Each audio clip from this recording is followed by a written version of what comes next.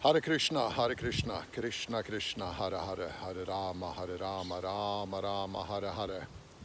Hil Odin, Sad Odin, Hil Votanas, Sad Votanas. Jai Shiva Jai. My name is Hans Johansson, also known as Lysglimt, Light Glimt. I want to talk today about the trial that's coming up against me, the state, the Kingdom of Norway, against me, Hans Johansson. Today is the Saturday in Easter 2024, and the trial that's coming up on June 18 till June 25, 2024, this June, 5-day trial. They've set aside 5 days for this trial, is essentially on so-called hate speech, criminalized speech. And it's about free speech, because that's what it's all about.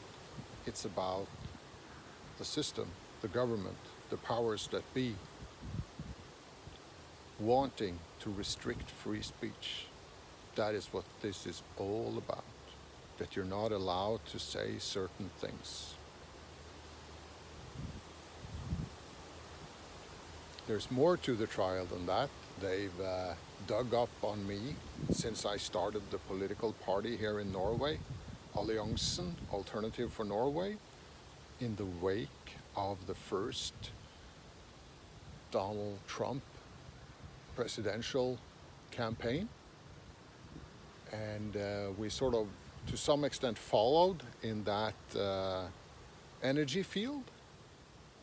And just as Donald Trump has been prosecuted and they've set up legal warfare, they've weaponized the legal system in the US, they've done the same to me here in Norway, in a much smaller scale, of course. And I'm not saying I am Donald Trump, but I do say that some of what we've done is in the same general energy field as the whole Donald Trump phenomenon.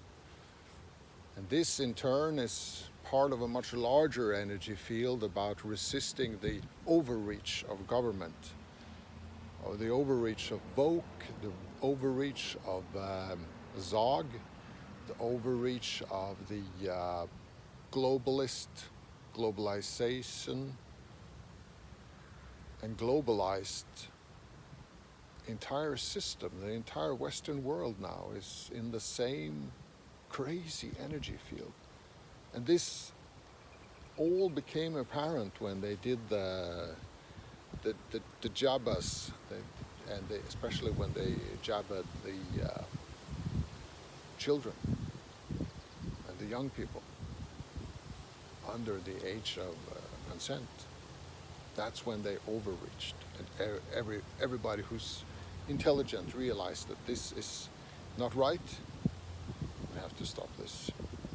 Anyway, they've been investigating me for many years to set up this trial, and they've set up the indictment now, the document, and we translated the essential documents to English just very recently, and I will put a link to those documents down here in a folder. There are many, many documents, of course, and in the trial the documentation is thousands of pages, so this is going to be extensive. And even though they set aside 5 days for the trial, I think it has to be extended, or maybe even split up into 2 different trials, because there's essentially 2 essential parts in the trial.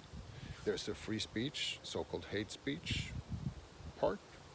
In Norwegian law, that's Criminal Act 185 that they recently extended. So my trial is one of the first major trials on the 185 in Norway. And it's very likely, my lawyers tell me, that since I am a leader of a political party, and this is one of the first real tests of that in a more serious setting, the few cases that have been so far has been some drunk person out in a bar yelling at a person of color, some discriminatory remarks. That's much more easy. But this case is a leader of a political party with thousands of votes.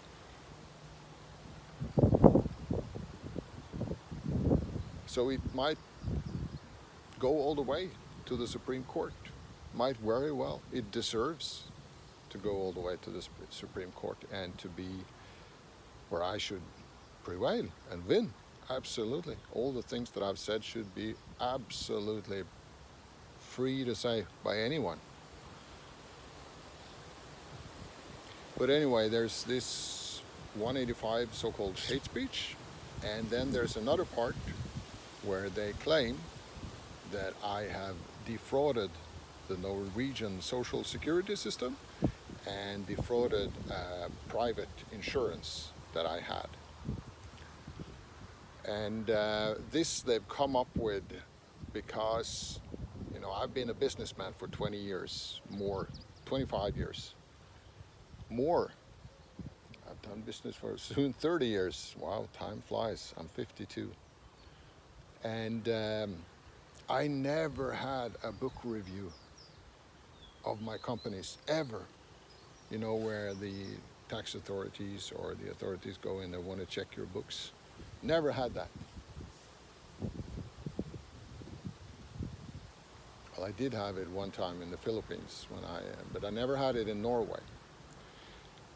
And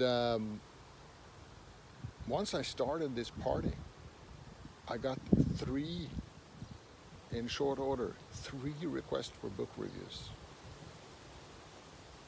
And the private insurance company that I had insurance on, life insurance, saw me on TV. They describe in their documents, they saw me on TV, didn't like what they see. And they started an investigation.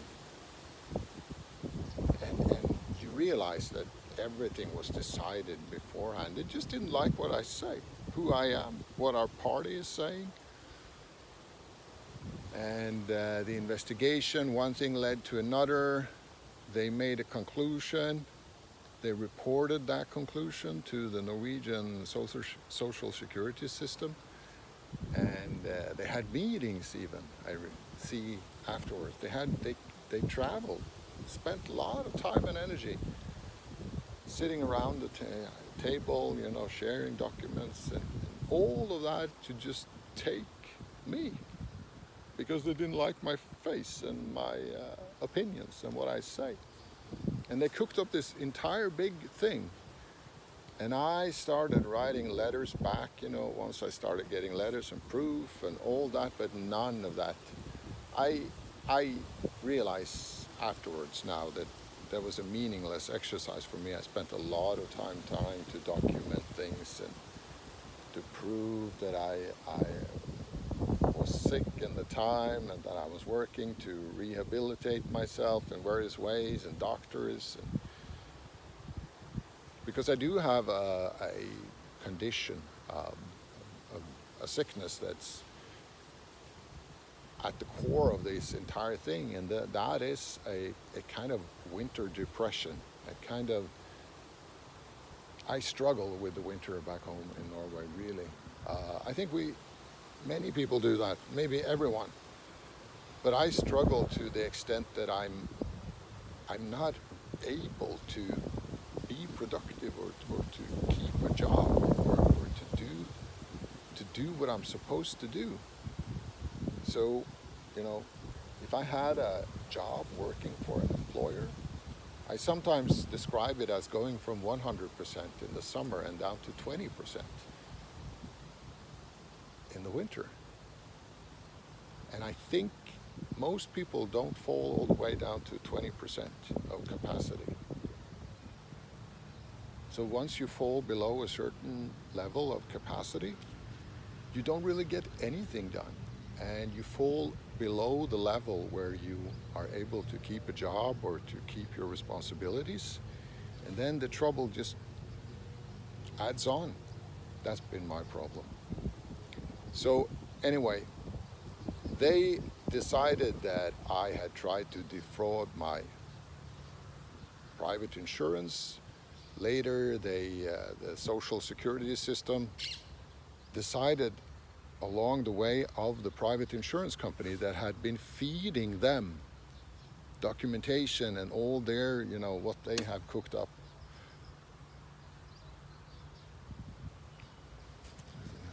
There's a sound here because the sun is shining on some plastic. And they decided along the same way as that insurance company that happens to be the largest bank in Norway, DNB Liv, owned by the state. So this entire trial is the state has many different heads and they're all turning against me. The social security system, the DNB Liv, the private insurance is owned by the state also. And the police department and the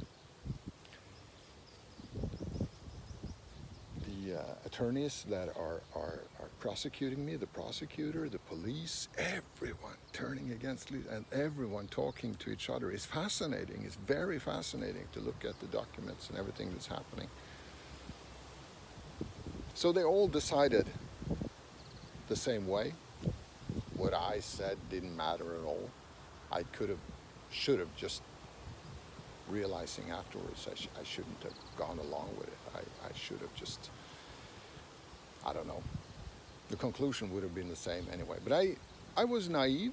I thought that justice would prevail. I thought that once I documented things,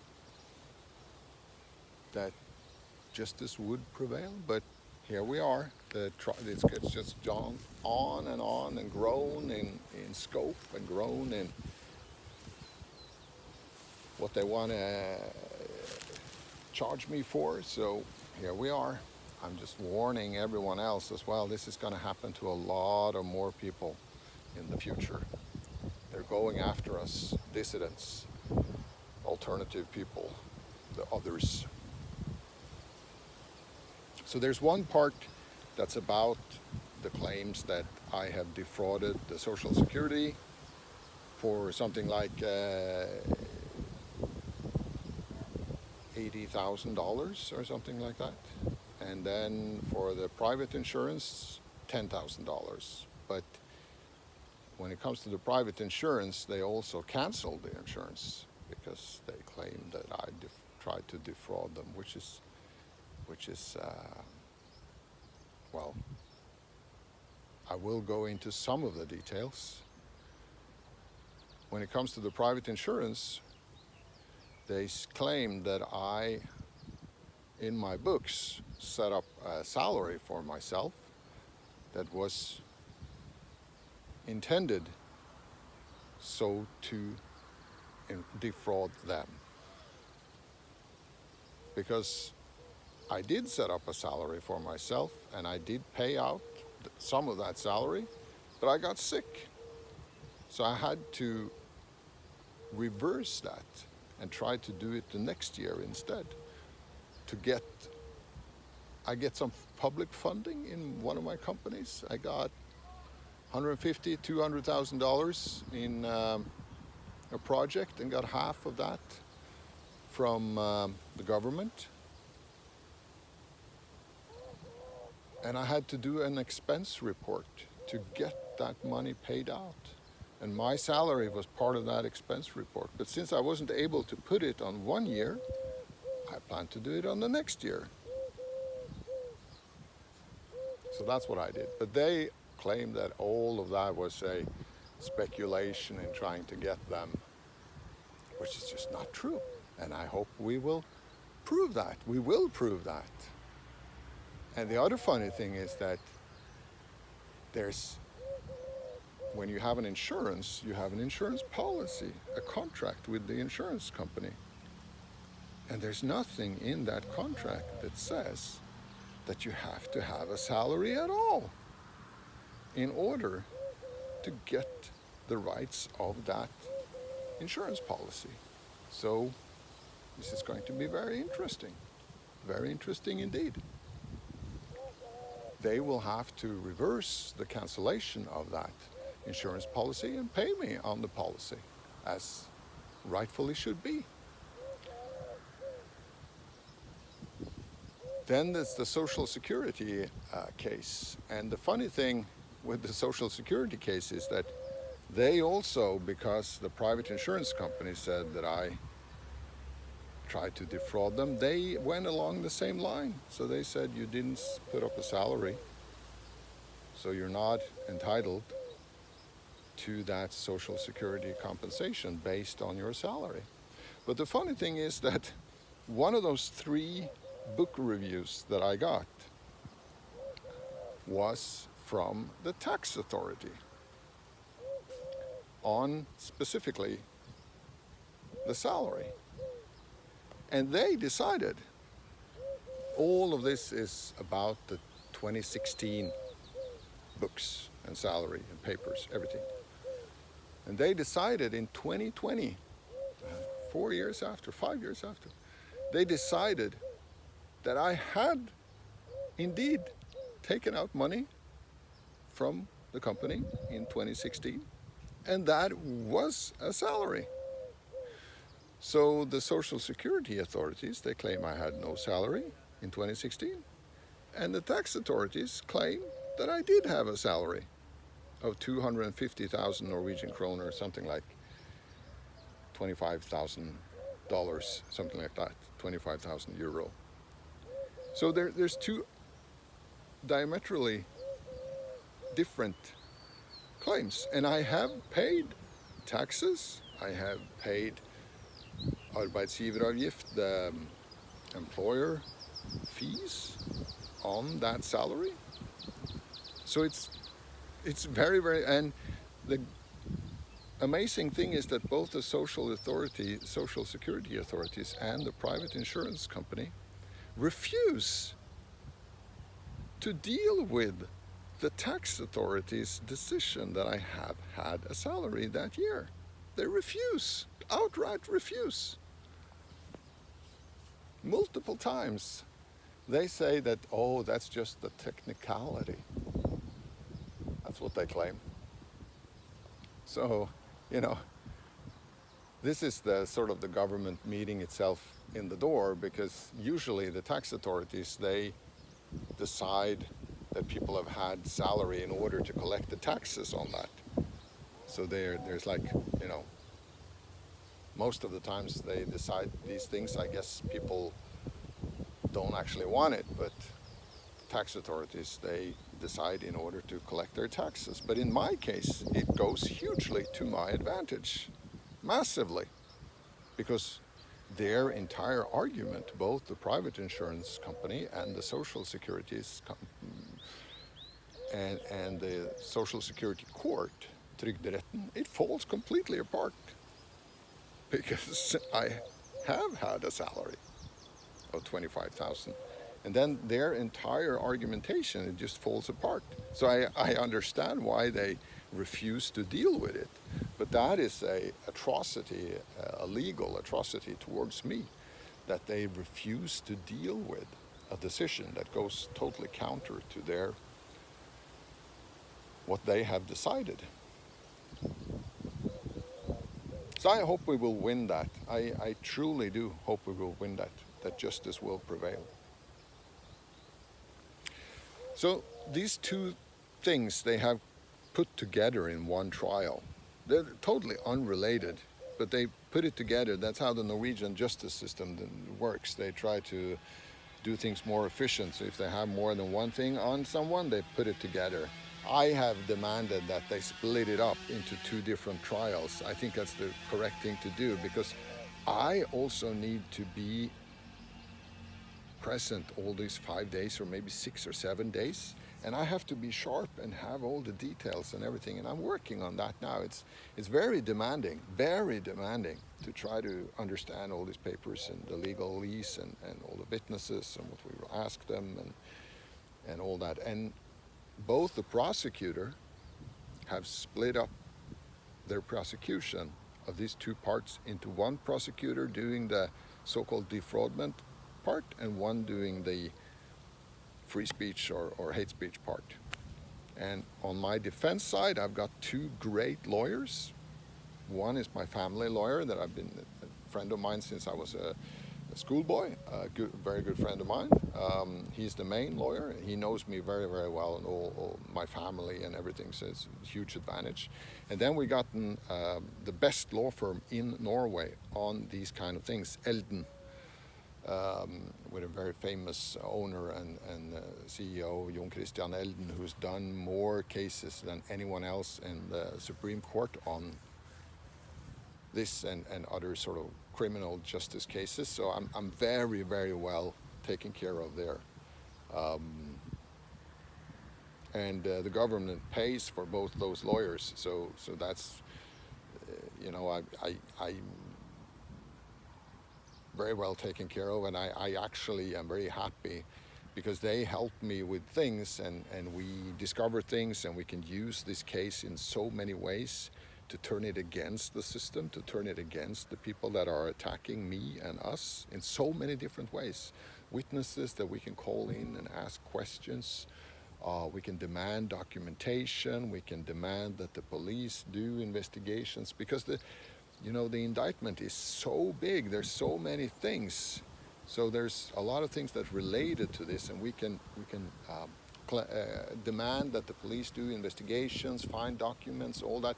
There are a lot of people now in Oslo working hard on this case, and they're sending emails, and I sometimes, I laugh because I'm here in Gran Canaria. I sleep in a cave. I sleep in a tent in a cave.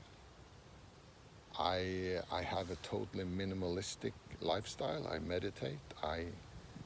I sit in sacred groves like this one. I fast. Today I'm on the 4th day of a fast. I haven't eaten anything in 4 days.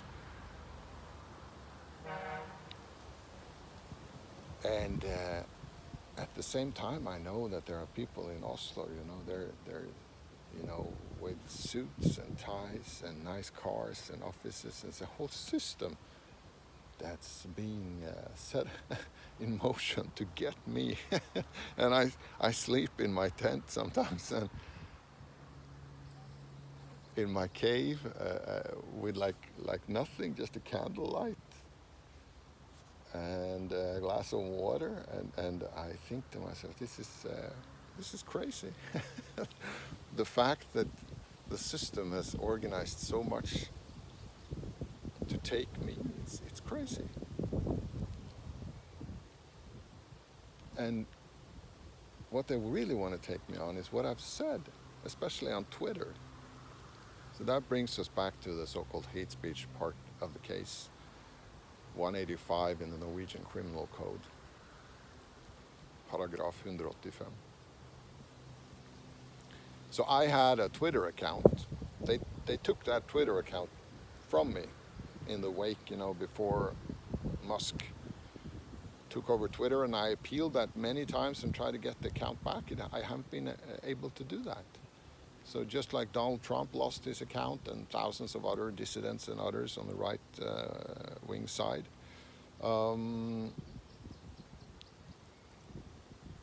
so to understand this case, you have to see in Norway there's an organization called Antirasistisk Center, Anti-Racism Center.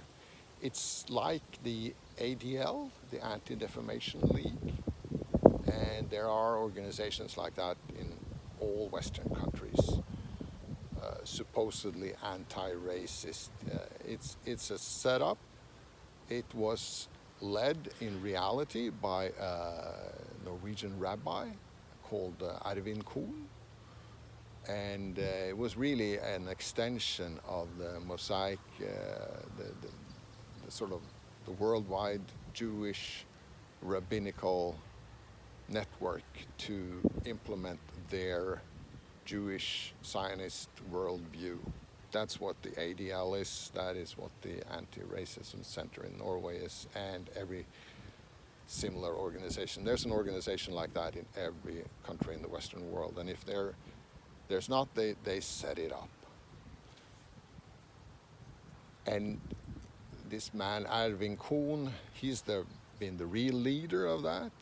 He's a rabbi, he's a spiritual person in the rabbinical sense. And he's been using Norwegian people as fronts, academics, and they pretend to publish reports, they pretend to do research, they pretend to be a legitimate academic institution together with something called the Holocaust Center and things like that. So what I have been doing the entire Alliansen project, and many people in Alliansen, not necessarily everyone, because in our party Alliansen Alternative for Norway, we have a principle that everyone is standing on their own feet, and we don't there's no carryover from one person to another. So we're all free candidates. But over time what happens is that the candidates that the dividing line is on Zionism, rabbinical power, Zionist power, and Jewish power in the world, opposing that or going along with it. So this has been over time, for every year, it's been sharper and sharper, and now it's almost like a crescendo of all that in the trial. And it's kind of funny that the trial is largely about me pointing out Jewish power, and then in Norway, and then the Jewish power in Norway uses their Jewish power in Norway to have the prosecutor and the police prosecute me on saying that there is Jewish power. So it's funny. It's actually very funny when you look at it, the mechanisms of it. So I stood up against this anti-racism center and this Rabbi Erwin Kuhn, who was formerly the second in command of that organization, but in reality he was the command. He was the spiritual leader, and he was the one who's pulling the strings. And he had a Norwegian guy who was more like his secretary, that's formerly the leader. And their job is to strike down on anyone who goes against their narrative on racism, their narrative on integration, their narrative on immigration, their narrative on so-called minority groups, their narrative on stretches into pride and the pride movement and the trans movement. But most of all, it's the Jewish case, or striking down on anyone criticizing the Jews, the Israel, Zionism, anything of that. That is the real purpose that this Rabbi Erwin Kuhn is there for, and then he uses those other things as an excuse to be able to push that specific agenda, to strike down on anyone criticizing Jewish power, essentially. And I've been doing that, and I did that from the very beginning, and I did it softly in the beginning, and he struck down on it already in the soft beginning. And then as I dug into it even more, I realized how real this is and what a big problem it is, and it's worldwide. So I caught a big interest in that field. I wasn't so interested in the beginning, but as he started attacking me, my interest grew. And what I then dug into and started learning, I documented on Twitter. I told people, look here. And so my attack on him and on the anti-racism attack on me was a counterattack. I just said,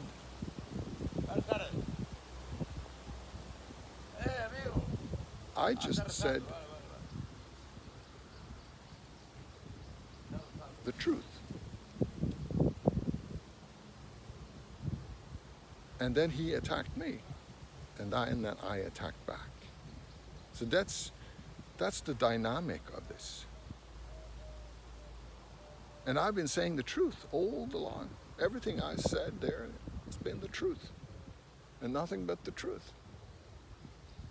And I attacked the anti-racism center and his role in that peacefully. Only peacefully. I said the truth. And they have attacked me by sending thugs to beat me up.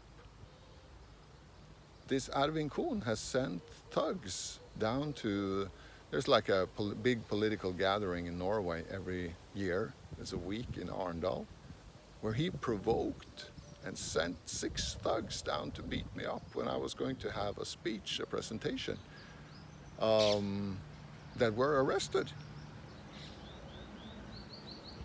So my attack, my counterattack, has been verbal, has been telling the truth, while their attack has been trying to shut me up, sending thugs, reporting me to the police, and then reporting what I said, only what I said. They admit I'm peaceful, I'm totally peaceful. So my attack is the truth, attack by truth. Attack by saying things on Twitter and encouraging young people to say things on Twitter what they feel is the truth.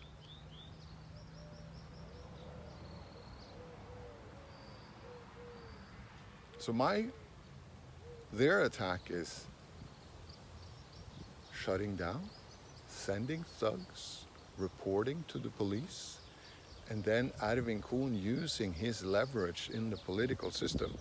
The funny thing is they reported me to the police, my tweets, and the police dismissed it. They closed the case. They said, this is not illegal, what Lysglimt has said. And then Arvin Kuhn was able to demand that the case be reopened. It's true. He was able to demand that the case be reopened and me being prosecuted. So he went above the police level and went to the state attorney, and the state attorney did it. So that's the base of this case, is that everything that I've been charged with now has already been investigated by the police in Oslo and deemed non-punishable. But then the Anti-Racism Center, with his rabbi Arvin Kuhn, was able to demand that it be reopened. So that's the case now. I'm being charged with something that's already been dismissed one time. And what am I saying? I'm saying the Jews lie. That's one of the things I'm saying. I'm saying those 2 girls in Morocco that some Muslim fanatics, they attacked them in the night. They were walking, hiking, and the Muslims, they cut off their throats, cut off their heads. There was a video of that, and I commented on that. I linked to the video that they charged me for. I'm not supposed to be able to link that, to talk about that, to say that they did it because they were Muslim. Of course they did it because they were Muslim. It wouldn't happen otherwise. And then they also charged me for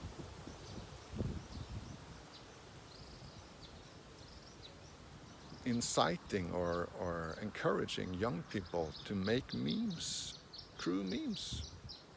And that's true. I have incited and encouraged young people to make memes, but I haven't told them what memes to make, what kind of memes to make. I've said, this is your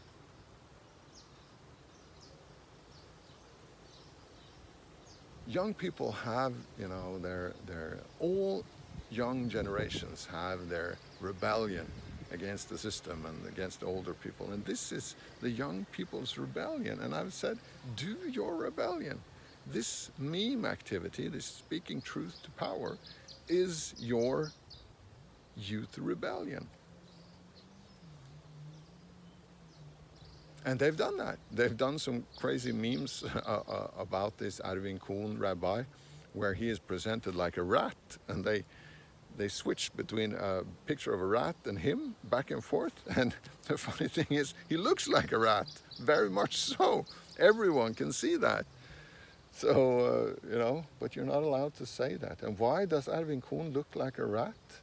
This, not just Erwin Kuhn, but similar rabbis in the US, and they have this rat-like appearance. And it's very interesting, very, very interesting. Because there's something repulsive about them. There's something, are they born that way, or do they become that way over time?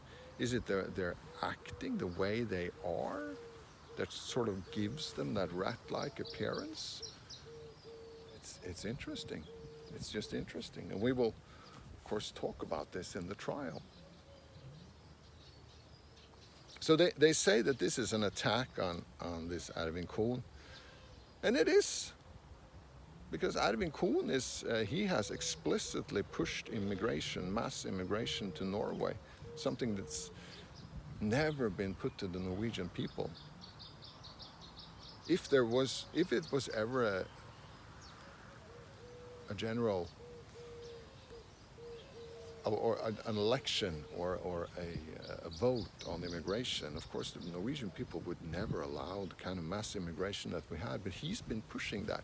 And what the way he's working is so devious, is so sneaky, snarky, the way he uses these arguments of Israel, the right of Israel to exist, anti-Zionism, Holocaust, the Second World War. The political establishment in Norway, they're so afraid of him, dead afraid. And I point this out, and then they call that an attack. And it is an attack, but it's a peaceful attack. It's a truth attack. It's a truth attack. And he cannot allow the truth. That's the problem, you see, with these people, the Voke, the Pride, the Zog, the Zionist occupational government, that's worldwide Zog, and globalism goes hand in hand. Zog, globalism, pride, wokeness, it goes hand in hand. These are facets of the same phenomenon, and I point that out. And they cannot, this is so important to realize, that they cannot allow a free discourse.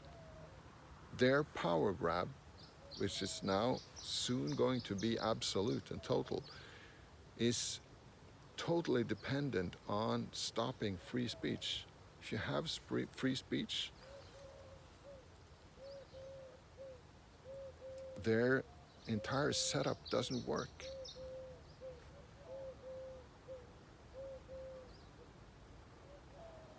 So it's just so interesting. Okay, so now I've described what this case is about. We translated the documents into English. I hope people in the English-speaking world will cover this, write about this, read the documents, see this video. It's part of a much bigger fight. It's part of a,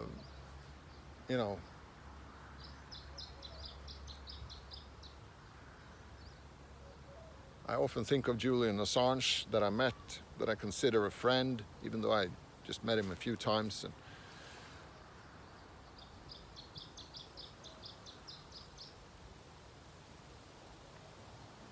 the atrocities that they do to him.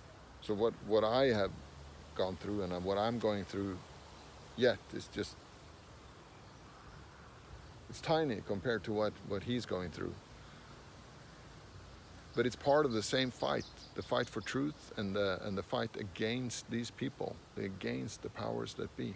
It's so extremely important. So I hope people will see my case in a bigger context. Julian Assange, also the prosecution of Donald Trump, others, and write about this, and that the fight that we have in Norway and against me, that becomes part of a bigger picture, because we have to mobilize against these people worldwide. We have to coordinate our efforts against these people, the counterattack. I speak to my lawyers about that and to my people. Counterattack, counterattack. They're giving us an opportunity to counterattack. If I was given an option of having this trial or not having this trial, I would say let's do it, because it gives us an opportunity to counterattack, and so many things become so visible. The hypocrisy, the power structure, how this Arvin Kohn has been able to manipulate the prosecution in Norway and the politicians and all the way up to the king in order to attack me for telling the truth that he calls an attack on him. And the way he sent those thugs to take me, that's just one example that we have. Proof of what he's doing, of what he and his system, the system around him, is doing. And we can prove that. It'll be very interesting to see what the system will do when we prove that. Of course, I mean, Arvin Kohn is a rabbi, he's leader of the Mosaic society in Norway. His best buddies with the king and the crown prince, they come to the, what is it, the holy house of the Jews, it's called. They come there and they put on the kippah. The king sit there with a kippah. The crown prince sit with the kippah next to Arvin Kohn with the kippah, and the prime minister. And it's all, I mean, the whole Western world and Norway and all Western nations are now totally integrated with Jewish narratives and Zionist narratives, and you see even, worldwide leaders going to Israel, going to Jerusalem, putting on a kippah and the Wailing Wall. It's so integrated, and I am just a political leader of an opposition party, of a gang of people that are, I'm a pagan. I'm a Odinistic pagan. And I approach my paganism through Hare Krishna, Shiva, the tradition has been kept alive in India. So there's this dynamic between us pagans here in Europe and in India to try to bridge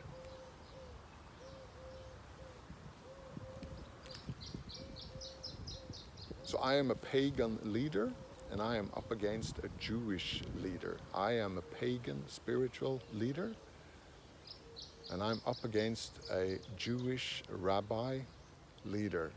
That is what this trial is about at its core. And the Jewish rabbi has subverted and gotten the entire Norwegian government, as most governments in the Western world, over to his side, over to his worldview, over to his way to see things, and they're all on the same side. It's the whole system against me. I've made some memes about that. They're quite funny. And that's what I attack. And I attack it with truth, and I attack him with truth, and I attack the whole system like that.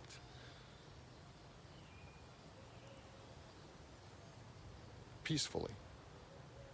Everything we do has been peaceful. I stress that again and again and again. They are using violence against us. The left-wing violence is getting worse and worse. We can prove it in one case. We can show it in multiple other cases. And of course, this Rabbi Arvin Kohn and the Anti-Racism Center, they go into spasms when we can prove that they're actually using violence against us, that they're sending thugs against their opponents. This is their weak point. This is their Achilles heel, and we will use it for all it's worth to prove it.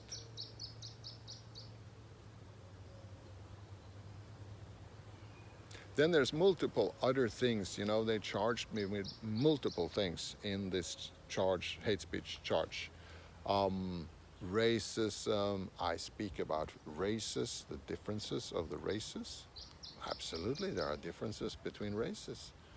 An Eskimo and a Bushman are different races, and there are differences. That's a wonderful thing. It's an exciting thing. It's an amazing thing. The most important differences are spiritual. They talk about skin color. That's irrelevant. The spiritual dimensions of the differences of the races is the most important. Their objective is to mix all the races in order to wash that away. That's also part of the Jewish agenda. You know, all the Abrahamic religions, Christianity, Islam,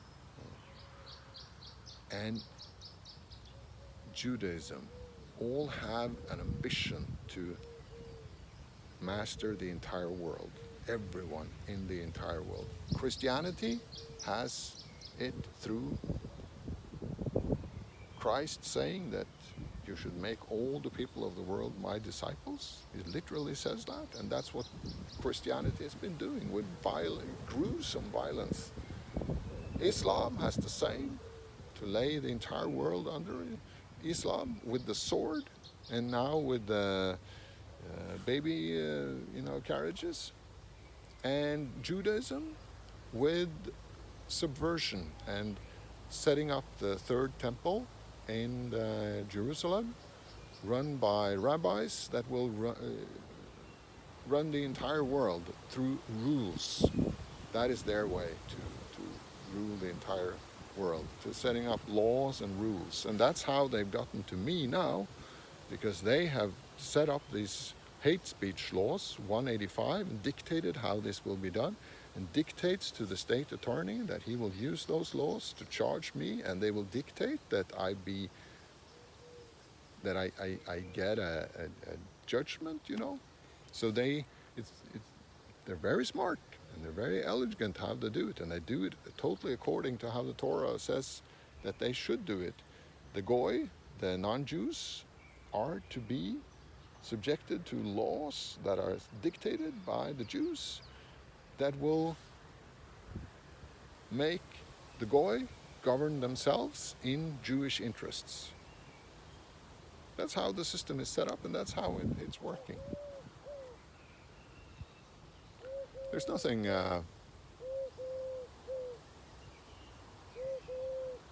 secret about it. It's plain and open. But to get to the next step now, they must stop criticism, they must stop talk about it, they must criminalize talk, they must criminalize groups that talk about this frankly, like us and others. And that is the way forward.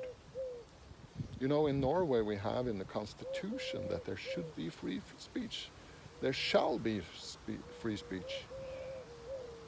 And they changed the Constitution, so now it still says there shall be free speech. But there's a but. But as long as it's not against the 185, the criminal code. And then they go into the criminal code and they expand the criminal code more and more and more. So the Constitution, the 100, paragraph 100 in the Constitution says, and it's said very explicitly from the beginning, there shall be free speech. And now they've changed it, so there shall be free speech, but as long as it's not against the criminal code. And then the criminal code can be expanded just as much as they want, and they can interpret it as they want. In my case, especially if it goes all the way to the Supreme Court, will be part of the criminal code justice practice. So, you know, it's so sneaky how they do the whole thing. And we have to attack the whole thing. How the entire system is set up. Who is pulling the strings? And that's what I do as a pagan leader. You know, this trial is about so much more than just my trial. It's about the whole system, about how the whole Western world is rigged up today, about these rabbis pulling the strings, and they've been able to subvert Christianity. So many Christians are in on it now. They're taking the side of the rabbis and their worldview. So it's at a naive, plain level, it's a trial in Norway of one person. The government tries for hate speech laws, but in reality it's one pagan leader against a rabbi Jewish leader, and on an even higher spiritual level, it's about pagan, Vedic, Aryan worldview against a Jewish Zionist worldview. At an even higher level, it's about Vedic, pagan, Aryan, spiritual force and practice, gods, against Jewish worldview, gods, ambitions. So the whole case can be taken up on both sides. So there's a huge responsibility on me here to lift this case up.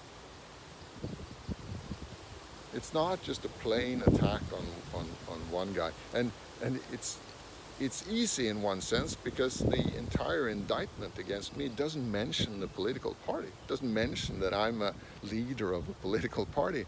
And this is because it doesn't fit into their narrative, their way to take people.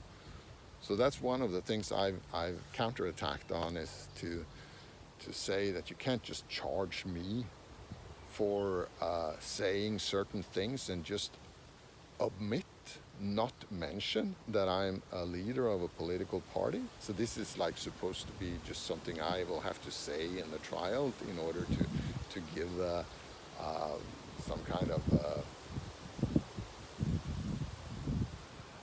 circumstantial evidence around the case. No, it's an integral part of it.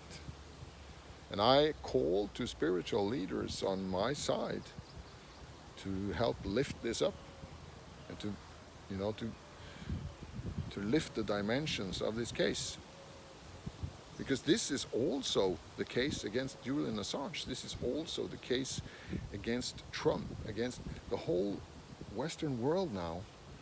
Is, it's in Norway, it's even formally Christian, but it's Christian that's been subverted by Judaism.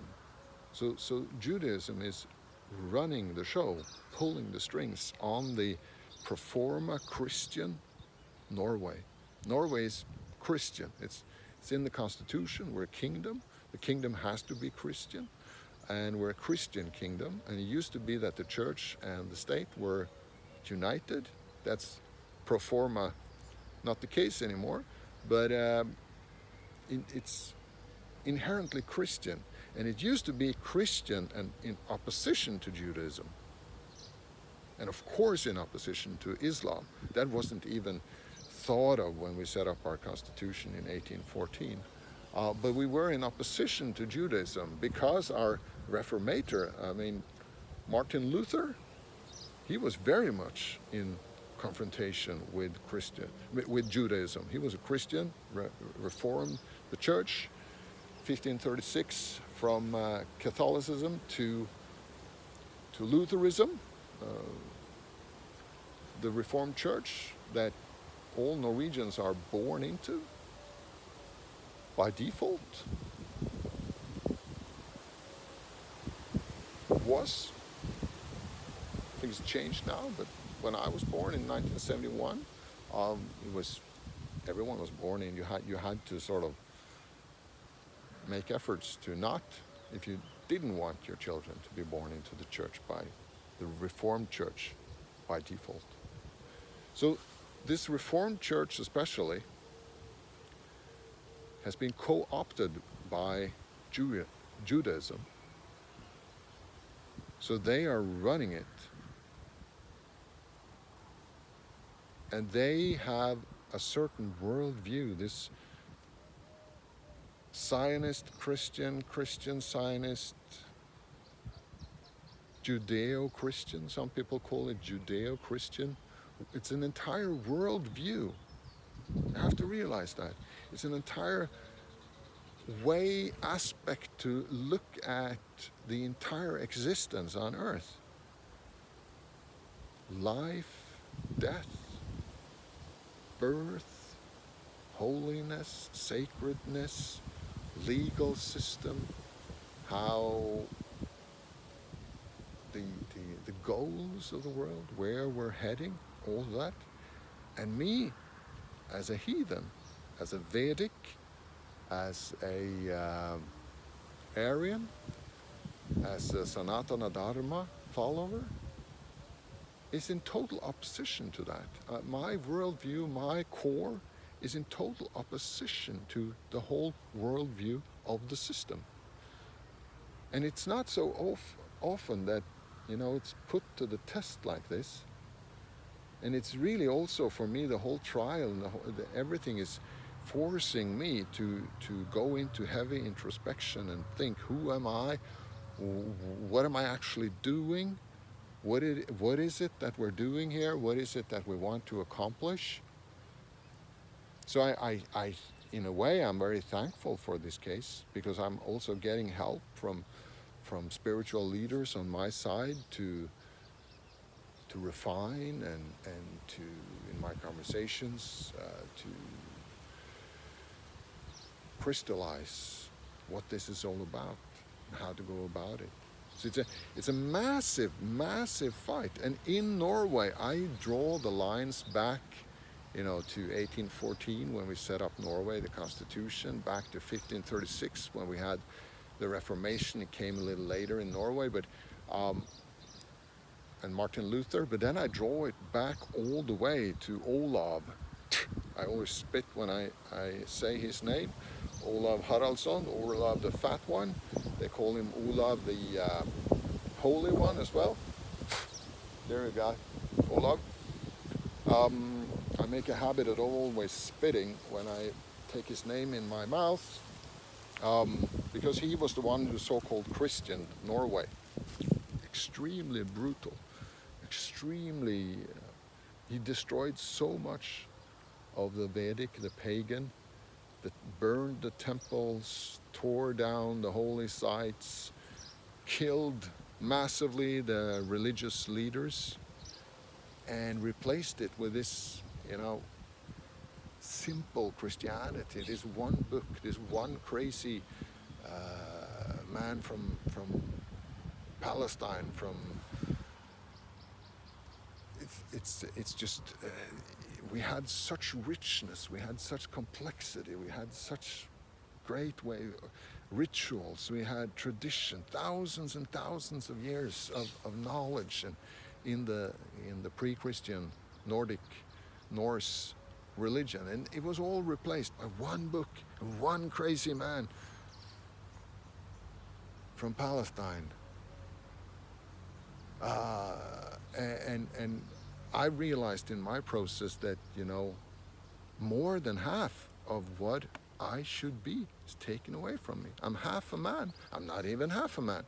If we had still our Vedic, pagan, Norse, Sanatana Dharma alive today, things would be totally different. I would be a much more richer man, a more sophisticated, a more spiritually faceted, so much more. And they threw out all these dimensions and everything for this one book and this one crazy radical from Palestine called Jesus Christ.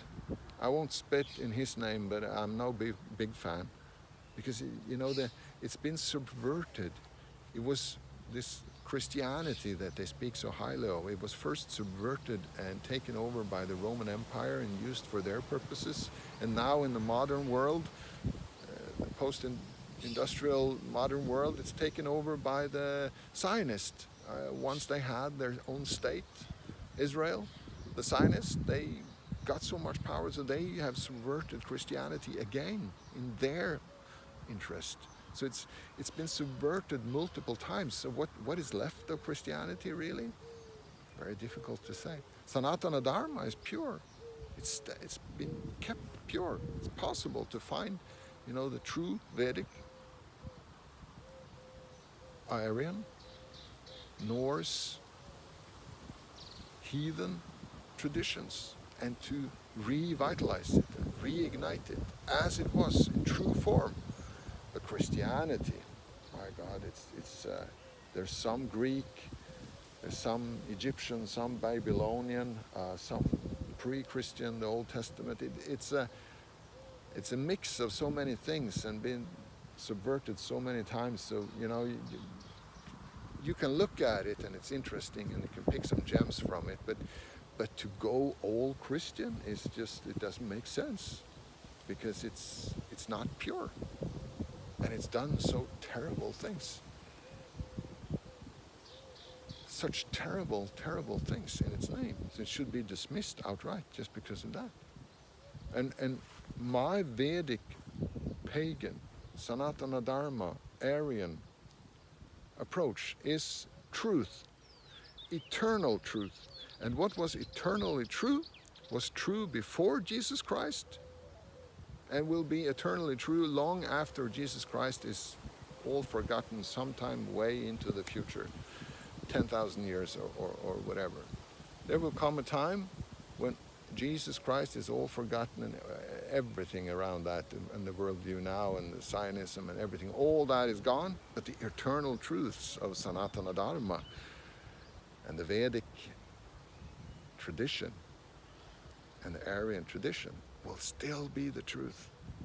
These are eternal truths. So this is my advice to so-called Christian people that have been led into that whole, quagmire of Christianity. Lift your spirit, lift your view, and look at what is eternal truths. They say Christ is the truth and Christ is the way and so on, but it's not eternal. So what about before Christ was born? So wasn't there anything true then? Or no, look for the eternal truths. And this is what I am, this is what I represent, this is what this trial is about.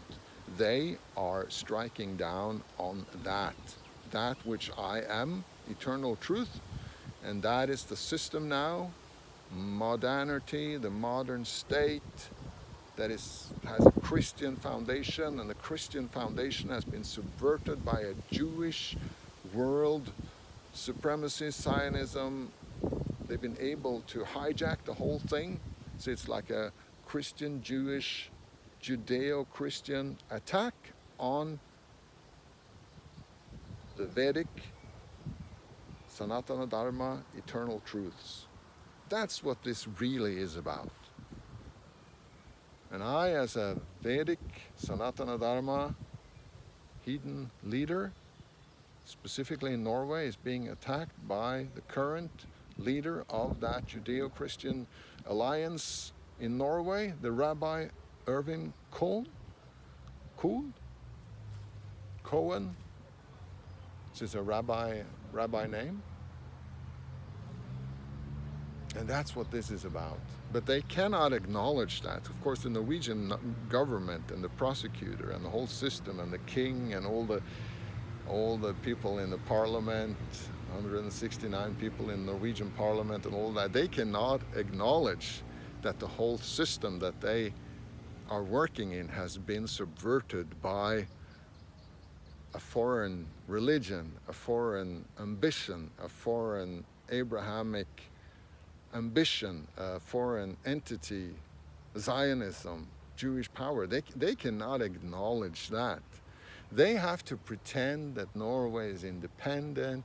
We have our constitution, it's still going. The justice system is working perfectly, flawlessly, especially in Norway. There's this, by the establishment, this very strong need to present Norway as, such a beautiful, wonderful, perfectly working system, and we're the peace nation, and we're the shining city on the hill when it comes to justice, and in like Sweden even has some of the complexities even further, where they want to be a humanitarian power, and they are also subverted by the same forces, is exactly the same mechanisms. And what I represent is an energy that goes counter to that entire narrative. The whole system is corrupted. It's lies. The Jabberwocky was the major lies. You know, their lies. A man cannot become a woman cannot become a man. It's a total lie, and we should not tell children about this. The monetary system, the money we have, is a total lie. It's about to collapse. The wars that we have now, most of the wars were, maybe all of the world's wars that Julian Assange says is based on lies, and that the media is not telling the truth. The media has become part of that evil system. The Judeo-Christian state merged into this Leviathan. The Leviathan is the picture of everything that we're up against. We have the light, that's why we have the sun as our symbol. Also in Alliansen, we have the sun as our symbol, because we are light and they are the evil Leviathan. They're the combined modern crazy power structure,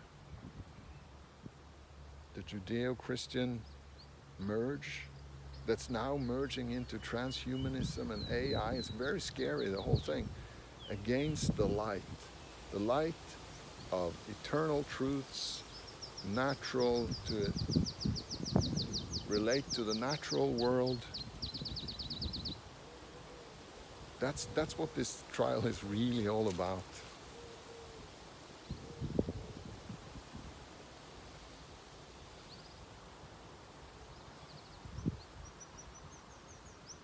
So thank you very much for listening, if you listened so far to this case, me presenting this case. It's very demanding to make a video like this, because I have to think hard about what you want to say and how to present it and all that. I really appreciate any help in this trial to get my message, our message out, and any help in writing reports, writing articles in English, spreading the information, connecting it up to other things. It's a big fight. I thank everyone who's helping, has helped and will help and are helping. Thank you so much. I might get convicted and get jail time. I hope and believe we will prevail and be freed from everything. But I fear that just as the police dismissed it and the state attorney was forced to pick it up again, I'm afraid that the judge in this case will be forced to give me a judgment and to give me prison time, because I believe these people, this system, are sending signals to the judge and to the entire system that this guy cannot go free. I believe the judge is very much attuned to that and know that they have to give me so we'll see. I hope that I don't have to actually do prison time.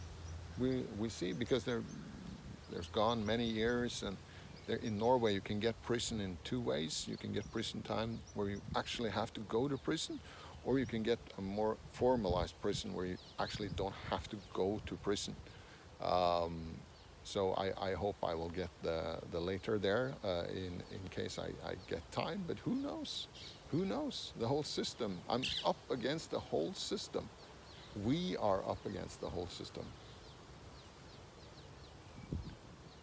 And the fight continues. So I appreciate all and any help in this. Get the information out, fight, become a Vedic, Nordic, Norse, Aryan, Sanatana Dharma yourself. I'm sure there are many people that feel in their soul that that is the right thing to do. And that is what I want to revitalize. And I have ambitions of setting up a temple in Norway and a temple here in Gran Canaria, and to gather people and to reignite and revitalize the Nordic old religions, to revitalize Sanatana Dharma, Hare Krishna if you want, Jai Shiva, Hil Odin, Hil Votanas, to revitalize all that. That is what I want to do. So that is my ultimate goal through this process, some years into the future, as soon as possible.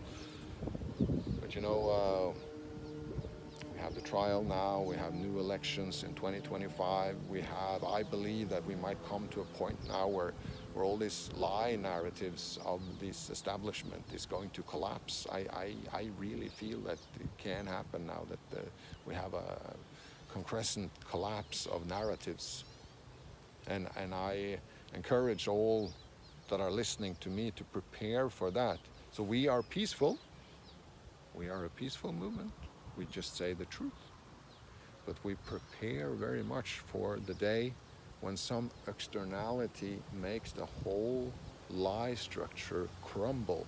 And then we will advance with our prepared systems, with our prepared IT systems, with Bitcoin, with cryptocurrency, with trading, in used stuff, with making food and arrangements. We will prepare so that when the day happens, when we see that they lose control, that is our signal to go forward with our preparation and take massive steps forward while they're taking massive steps backwards, and then gain so much momentum that something new, better is manifested.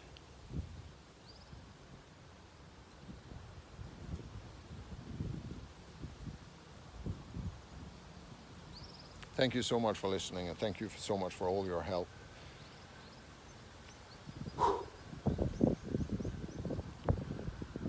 Hare Krishna, Krishna Krishna, Hare Hare, Hare Rama, Rama Rama, Hare Hare, Hare Krishna, Krishna Krishna, Hare Hare, Hare Rama, Rama Rama, Hare Hare, Hare Krishna, Krishna Krishna, Hare Hare, Hare Rama, Rama, Hare Hare, Hare Krishna, Krishna, Hare Hare, Hare Rama, Hare Hare.